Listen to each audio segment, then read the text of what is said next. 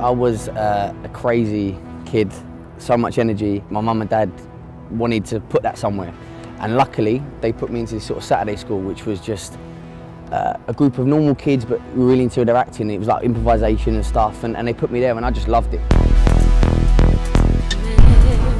And I can't really remember ever wanting to do anything else, and that was it, you know. I kept going, and I just always knew that I wanted to be an actor. I forget him, he's always moody like that. Right, let's do another interview. Yeah. So, the Bob Geldof thing, I don't like... What's in the bag, Davey?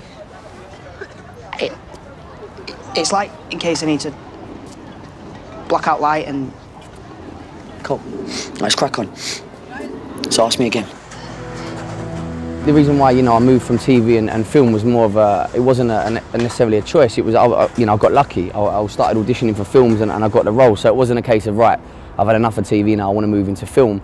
It was just that's the natural course that it took. And it's a bit more similar to theatre in a way where you can sort of, you know, you'll get a rehearsal process. You never really get that in TV unless you're very, very lucky. You know, with film, normally you'll get a rehearsal process and it's a little bit more theatre. So, you know, I'm definitely a fan of film. Yeah.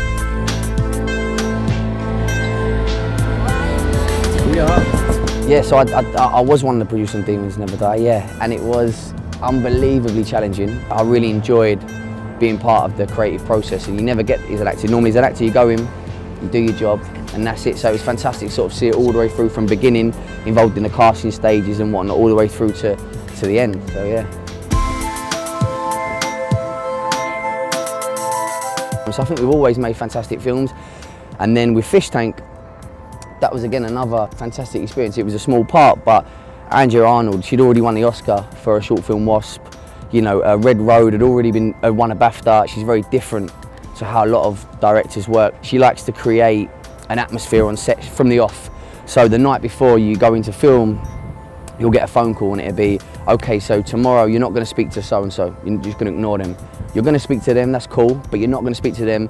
And if that person says something, she basically wants to create that atmosphere from as soon as you arrive on set, the mood is set for the scenes that you're doing for that day, and it just creates a very special feeling. That's why I think she gets some fantastic results with her films. You know.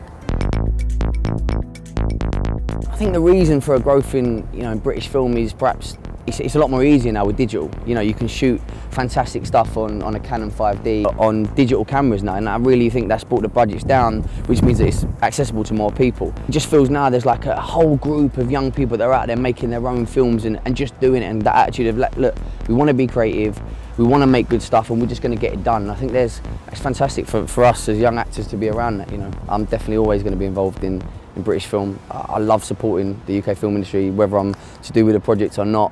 And I'm really passionate about that. You know, I genuinely have a belief that we've got to keep inspiring and aspiring to sort of get where the Americans are, because they are, you know, they're ahead of it, and we need to get British film to there. So, yeah, no, I won't turn my back on British film.